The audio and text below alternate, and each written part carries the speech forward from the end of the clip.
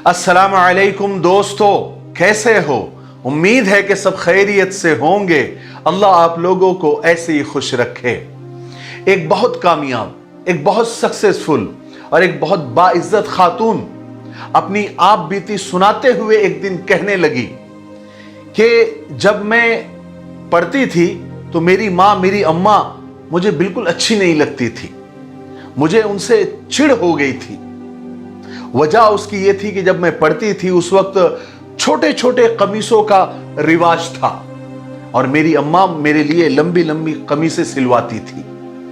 और जब लंबी लंबी कमीसों का दौर आया तो मेरी कमीज इतनी लंबी कर दी कि घुटनों के नीचे तक कर दिया।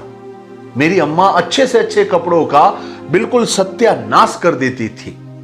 किसी फंक्शन में जाना हो, लाख मिन्नतें कर लो, कभी लिपस्टिक लगाने नहीं देती थी। कहती थी जब दुल्हन बनोगी तो रूप नहीं आएगा लिपस्टिक लगाने से। जब मैं स्कूल से निकलकर कॉलेज आई तो कसकर हिजाब उड़ा दिया। यूनिवर्सिटी में जब लड़कियां बाल खोलती थी इतनी प्यारी लगती थी, मेरा भी दिल करता था। लेकिन मेरी मां की वजह से मैं अभी से बूढ़ी लगने लगी थी। अम्मा कस कस कर मेरी 2 चोटियां बनाती थी। बार बार मैंने कहा कि अम्मा 1 चुटिया बना दो, 2 का रिवाज नहीं है और स्कार्फ के अंदर 2 चोटियों से मेरा चेहरा अच्छा भी नहीं लगता। लेकिन मेरी अम्मा कहां मानने वाली थी। बहरहाल कॉलेज से बहुत अच्छे नंबरों से पास होकर मैं यूनिवर्सिटी पहुंची। सोचा कि अब मैं बड़ी हो गई हूं, यहां मैं अपनी कुछ मनमानी करूंगी। लेकिन अम्मा ने मेरा यहां भी पीछा नहीं छोड़ा। अम्मा ने मेरी जान नहीं बख्शी, यहां भी हद ही कर देती थी। रात को सर में पूरे तेल की बोतल उंडेल देती थी और कहती थी कि पढ़ाई की मेहनत की वजह से कहीं तेरे बाल झड़ ना जाए। मुझे मेरी अम्मा से सख्त चिढ़ होने लगी थी। मुझे मेरी अम्मा बिल्कुल अच्छी नहीं लगती थी। यूनिवर्सिटी में इतने अच्छे अच्छे लड़के और खूबसूरत लड़के नजर आते थे और बहुत से लड़के और लड़कियों की तो जोड़ियां भी बनी हुई थी। मगर मेरी तरफ मजाल है कोई अट्रैक्ट हो जाए, कोई मुतवज्जे हो जाए, क्योंकि मेरे सर से कड़वे तेल की भभक आती थी, बदबू आती थी। न जाने उस लड़के में क्या बात थी। उसके इर्द गिर्द लड़कियों का एक हुजूम रहता था, एक जम्मे गफीर रहता था।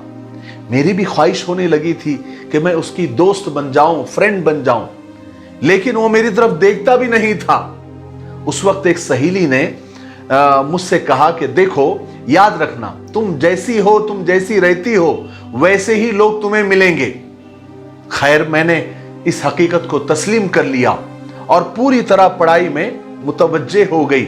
मैंने अपनी पढ़ाई में कंसंट्रेट कर लिया क्योंकि बाहर तो दूसरा मुझे कोई काम था ही नहीं। बहरहाल वक्त गुजरता गया और मेरी पढ़ाई मुकम्मल हुई और एक दिन मेरा फाइनल रिजल्ट आया। पूरे यूनिवर्सिटी में मेरे अलावा एक ही लड़के ने टॉप किया था और उस लड़के को इससे पहले मैंने कभी नहीं देखा था। फिर मेरी सहेली का कहना सच साबित हुआ कि मुझको मेरे जैसे ही मिलेंगे, यानी मैं टॉपर थी तो मुझे टॉपर ही मिलना था। फिर मेरी शादी भी मेरे जैसे उसी टॉप करने वाले लड़की से हो गई जिसको यूनिवर्सिटी में कोई नहीं जानता था। अब माशाल्लाह हम दोनों की एक प्यारी बेटी है। मेरी ख्वाहिशात जो मेरी अम्मा की वजह से मेरे दिल में रह गई थी, मैं उनको अपनी बेटी को सजा सवार कर पूरा कर रही थी। जब लोग मेरी लड़की की तारीफ करते और सताइशी नजरों से देखते, उसकी तारीफ करते तो मैं बाग बाग हो जाती। लेकिन जब वो बड़ी और जवान हो रही थी तो उसकी चाल ढाल में मुझे अदाएं नजर आने लगी। वो जहां से गुजरती लोग उसे मुड़ मुड़ कर देखते। पर अब मुझे ये सब अच्छा नहीं लग रहा था, बल्कि सच पूछे तो मुझे बुरा लग रहा था। मैं नहीं चाहती थी कि उसे कोई ऐसी निगाहों से देखे। हाय हाय, आज मुझे शिद्दत से मेरी अम्मा याद आ रही थी और मुझे अम्मा की वो पाबंदियां याद आ रही थी जिनकी वजह से वो मुझे बुरी लगा करती थी। आज मुझे उनकी अपने ऊपर लगाई हुई पाबंदियों पर फख्र महसूस हो रहा था। अब मुझे मेरी अम्मा बहुत अच्छी लग रही थी।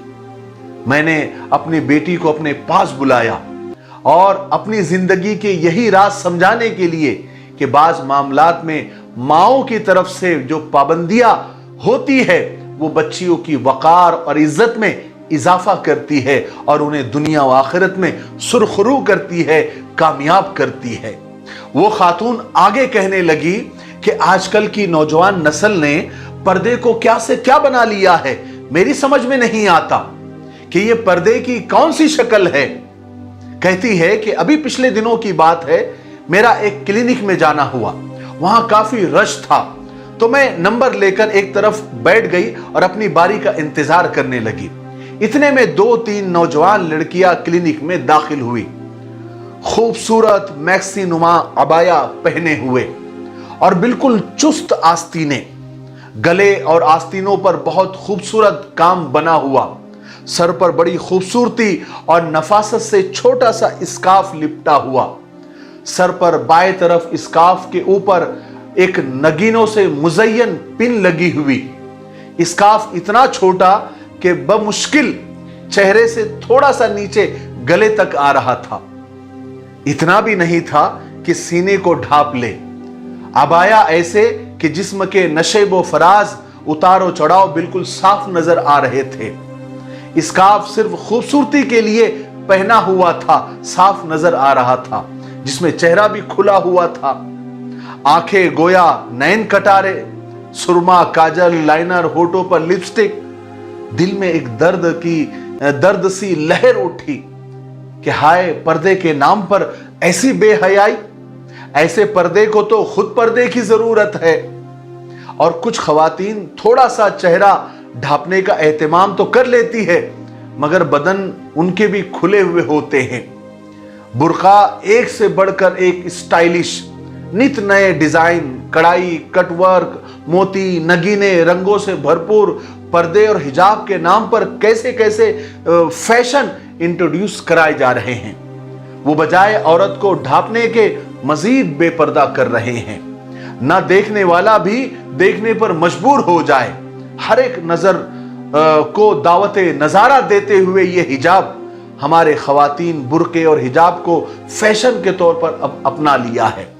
हुस्न और खूबसूरती के मुकाबले में एक दूसरे से आगे निकल जाने की दौड़ है, सबसे नुमाया नजर आने का जज्बा, ये फैशन का हद से बढ़ता हुआ शौक।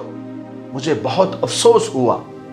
उस खातून ने तमाम बहनों को नसीहत करते हुए आगे फरमाया कि मेरी काबिल एहतराम बहनों, ये किस रास्ते पर तुम चल पड़ी हो? ये वो रास्ता है जिसे शैतान ने हमारी नजरों में मुज़य्यन और सजा कर दिखाया है। यही तुझको धुन है रहूं में सबसे बाला, हो जीनत अनोखी, हो फैशन निराला। तुझे हुस्न जाहिर ने धोखे में डाला, जिया करता है क्या यूं ही मरने वाला। जगह जी लगाने की ये दुनिया नहीं है, ये इबरत की जा है, तमाशा नहीं है। मेरी मुअद्दबाना और दर्दमंदाना दरखास्त है अपनी बहनों से, अपने माशरे से कि खुदा के लिए पर्दे को पर्दा ही रहने दे, उसे अपने ख्वाहिशात और फैशन की भेंट न चढ़ाए, अपने इस्लामी वकार को कायम रखे, सादगी को अपनाए। सादगी ईमान का हिस्सा है। और याद रखो, फैशन से इज्जत नहीं मिलती, अल्लाह इज्जत देता है। अपनी नीयतों को ठीक करे, ढीले ढाले और सादा हिजाब और बुर्कों का इस्तेमाल करे। अल्लाह की रजा खुशनुदी को पेश नजर रखे, अल्लाह के हुक्म को पूरा करने के लिए पर्दा करे, दीन के अहकाम का तमस्खुर और मजाक न उड़ाए। मुझे उम्मीद है कि इस खातून की पूरी नसीहत से हम सबको बहुत कुछ सीखने को मिला हो। अगर आपको भी सीखने को मिला है तो इस वीडियो को ज्यादा से ज्यादा शेयर करें और 2 जुमले 2 लाइन कमेंट के जरूर लिखें और इस वीडियो को लाइक करें। और अगर अभी तक आपने हमारे मिफ्ताही चैनल को सब्सक्राइब नहीं किया है तो उसे सब्सक्राइब भी कर दे और बेल आइकन को भी प्रेस कर दे।